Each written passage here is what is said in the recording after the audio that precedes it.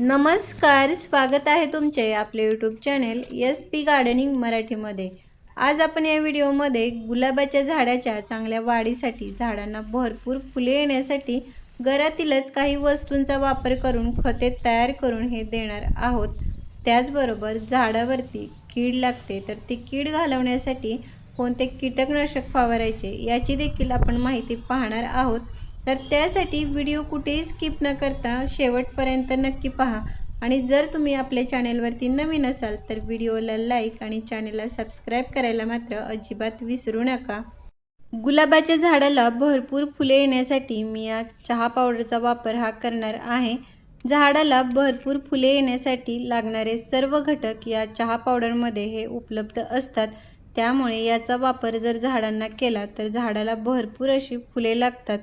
चहा पावडर ही कुंडीतील जी माती आहे ती ॲसिडिक बनवण्याचे देखील हे काम करत असते आणि फुलांच्या झाडांना भरपूर फुलांसाठी ही ॲसिडिक मातीचीच गरज असते।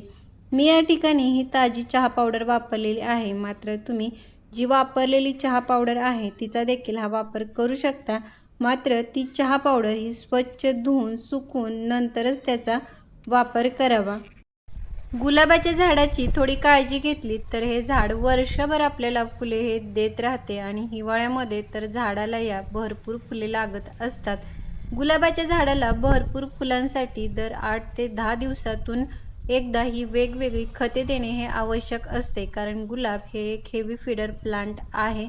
त्याला तुम्ही जेवढी जास्त खते ही देत राहाल तेवढीच हे झाड हे फुले देखील ही भरपूर देत राहते। खताबरोबरच गुलाबाच्या झाडाला भरपूर सूर्यप्रकाश मिळणे हे देखील आवश्यक असते। आता हिवाळ्यामध्ये ऊन हे झाडांना थोडे कमी मिळते, त्यामुळे गुलाबाचे झाड लावलेल्या ज्या कुंड्या आहेत त्या अशा ठिकाणी ठेवा ज्या ठिकाणी या झाडाला दिवसभरामध्ये एक 5 ते 6 तास एवढे तरी हे ऊन मिळेल। सूर्यप्रकाश, खत याच्याबरोबरच या झाडाला हे पाणी किती द्यावे, तर झाडाला पाणी देताना देखील हे कमी किंवा जास्त प्रमाणामध्ये न देता कुंडीतील मातीमध्ये ओलावा राहील इतपत गुलाबाच्या झाडाला पाणी मिळणे हे आवश्यक असते। हिवाळ्यामध्ये कुंडीतील जी माती आहे ती लवकर कोरडी होत नाही, त्यामुळे 1 दिवसाआड एवढे असे या झाडाला पाणी द्यावे, नाहीतर जास्ती पाण्यामुळे गुलाबाच्या झाडाच्या ज्या मुळ्या आहेत त्या सडतात, खराब होतात आणि आपले झाड देखील हे हळूहळू खराब होत राहते। त्यामुळे कुंडीतील माती चेक करून नंतरच या झाडाला पाणी द्यावे। अशा प्रकारे झाडाची थोडी काळजी घेतली तर झाडाची वाढ ही चांगली होतेच, पण झाडाला भरपूर फुले देखील ही लागत राहतात।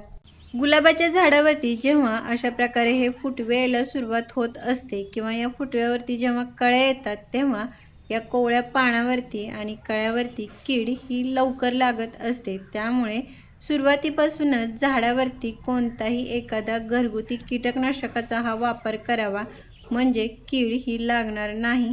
झाडावरती हे शक्यतो झाडाला पाणी हे जास्ती दिले गेल्यामुळे किंवा ऊन हे कमी मिळाल्यामुळे अशा प्रकारे झाडावरती कीड ही लागत राहते।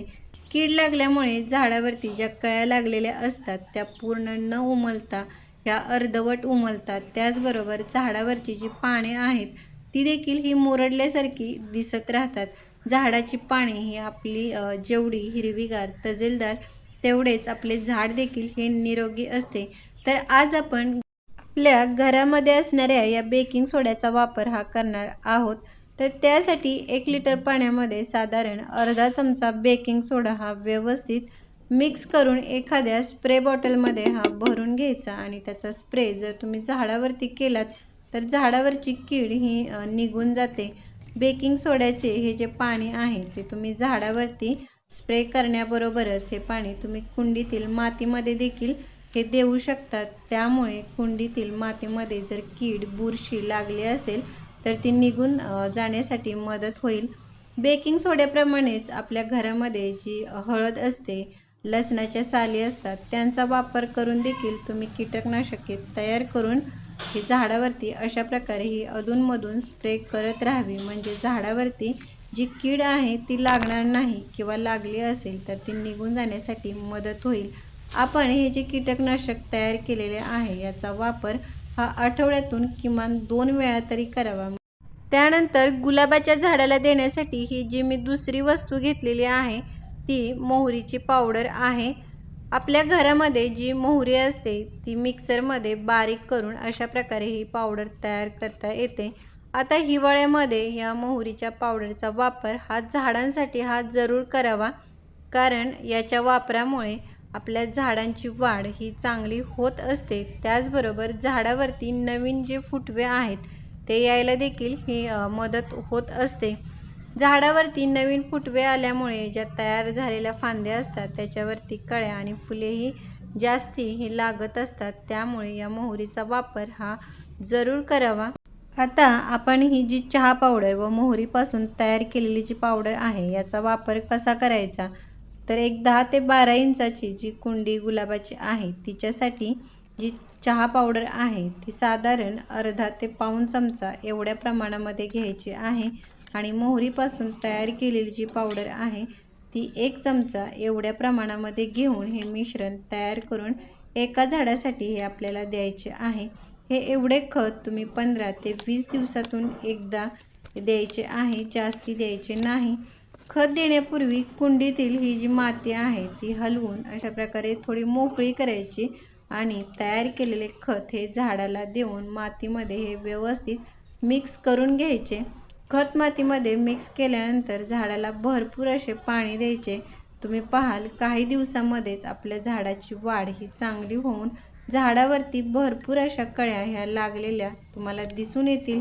तर कसा वाटला व्हिडिओ मला कमेंट बॉक्समध्ये नक्की सांगा. भेटूयात पुढील व्हिडिओमध्ये. तोपर्यंत बाय.